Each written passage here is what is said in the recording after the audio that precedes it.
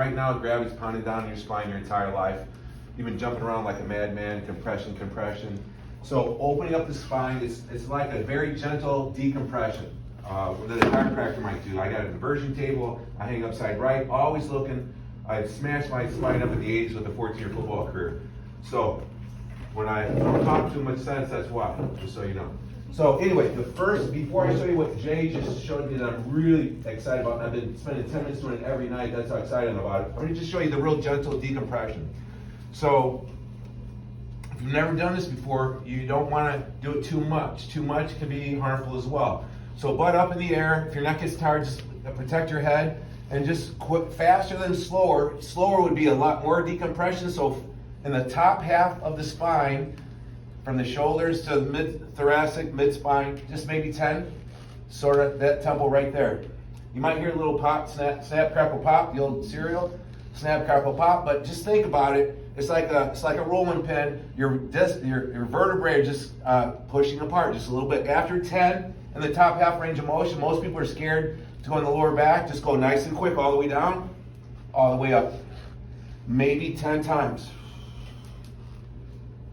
So that's 10 in the top half, 10 in the bottom half. Most of you can do that. Decompression of the vertebrae. I have all my clients do this before the workouts, right, Marty? Okay, a little bit of a more advanced, since we are in constant flexion of the spine. Flex, forward, tech neck. We're all right here. Technology, guys doing push-ups since 7th grade. Pecs are pulling them forward. You know, we're walking around like this, where the best anatomical position is more freely being able to actually be just like this. You can't warm up a rotator cuff. You can't rehab a rotator cuff. You can't work your chest muscles effectively for fat burning, which we do. You can't work your back muscles effectively, which is our goal, when you're here. All right, so if we can slowly start to open everything up, slowly over time, and start to be more closer to the anatomical position, it's a big victory. So after the generic foam roll, just to open up the space between the vertebrae, then I put the feet firm on the floor, heels are dug into the floor, so I'm not rolling up and down now. Now I'm just extending the spine across the fixed roller. Big breath in. There's very much power in breath. And exhale, 3, maybe 5 seconds. 4, 3, 2, 1. Get a little bit of help to come out of that. A couple times just like that. Maybe in a couple different places, the mid-spine and a little bit in the upper spine. I'll do it one more time. Big breath in.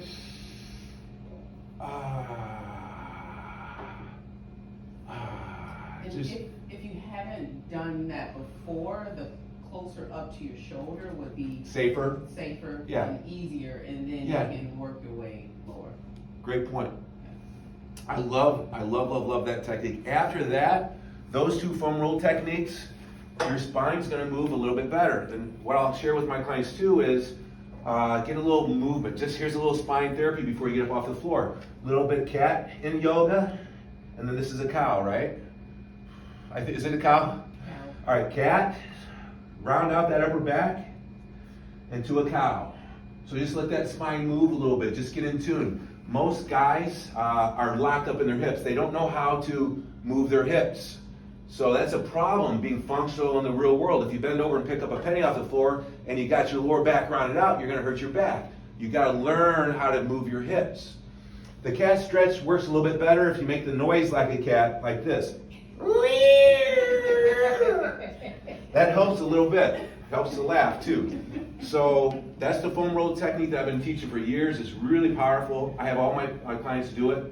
Now this is the one that Jamaica showed me. Jamaica's been giving me an hour session for about 6-7 months. I have a chronic beat up shoulder from throwing baseballs hard from the age of 7 to 20. I was a pitcher, could throw around, I thought gas with 80 miles an hour, but that wasn't that fast, but I was trying.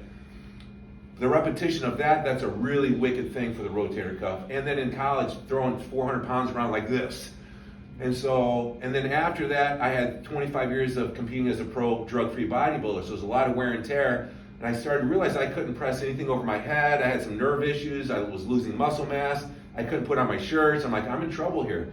I got to learn how to bring down inflammation. I got to do something. So me and Jamaica met, and she said, I got this dry needling technique, and then the smile fascia release and stretch.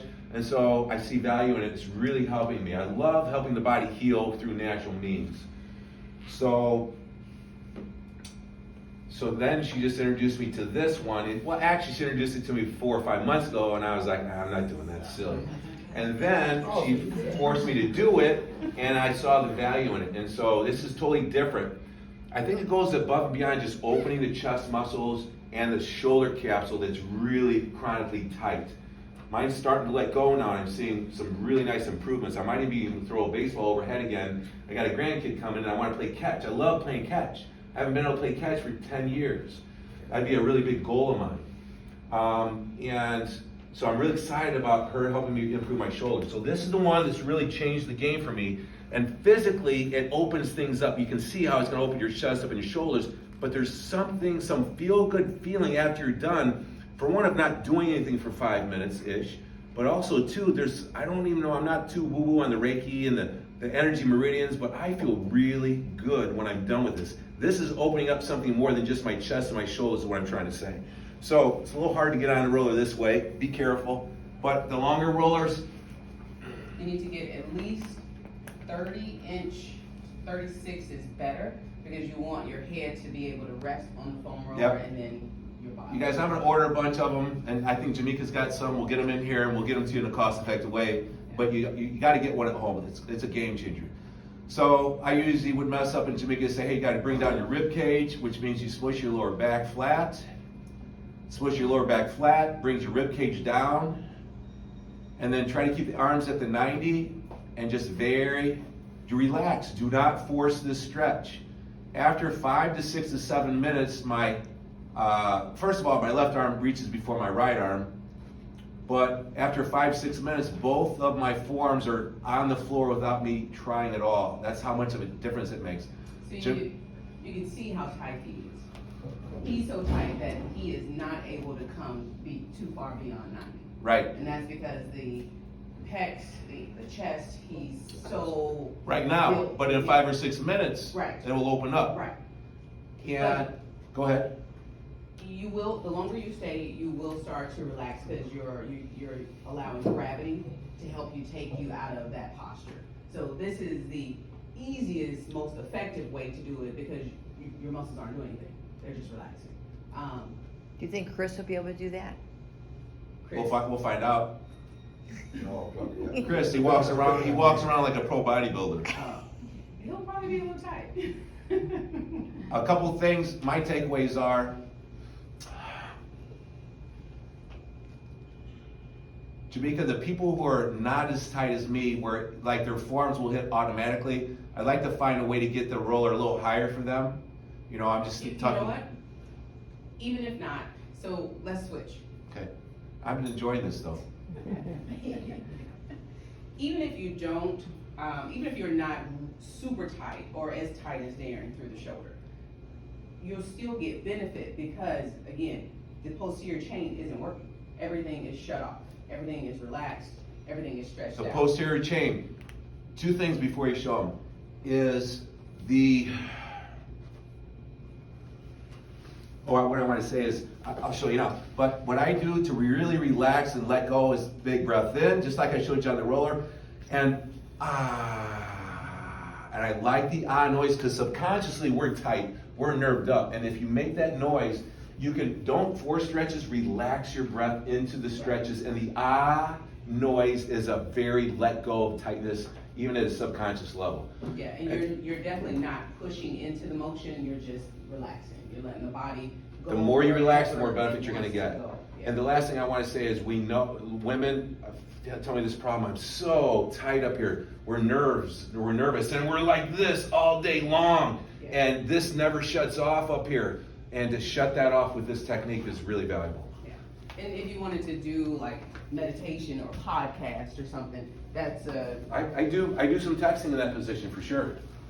well, yes, at least you're neutral. So for me, it's fairly easy to get, because I do this. Not as often as I should, but I do it. And then you want to start, if you can, at 90 degrees with the arms. And then you'll get more of a stretch, kind of the higher you go. And as you see on the paper, there's a couple of different exercises. The first one would be just to kind of lay here for at least 5 minutes.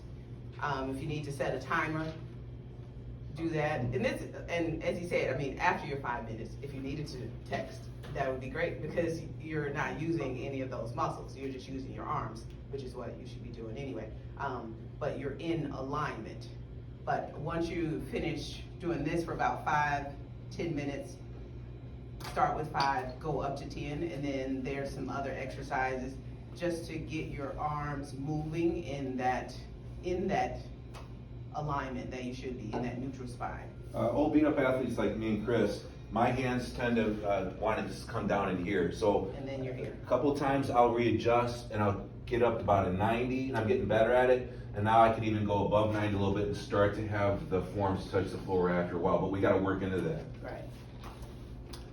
There's some other movements on the sheet of paper, and again, it's just allowing your body to move in neutral, which we're not usually doing. So this helps with the numbness and tingling, because it's getting the humeral head back into a more neutral position where it should be. This is not just opening up the muscles, we're talking about opening up the fascia on the muscles, which is maybe more important, the fascia on the nerves.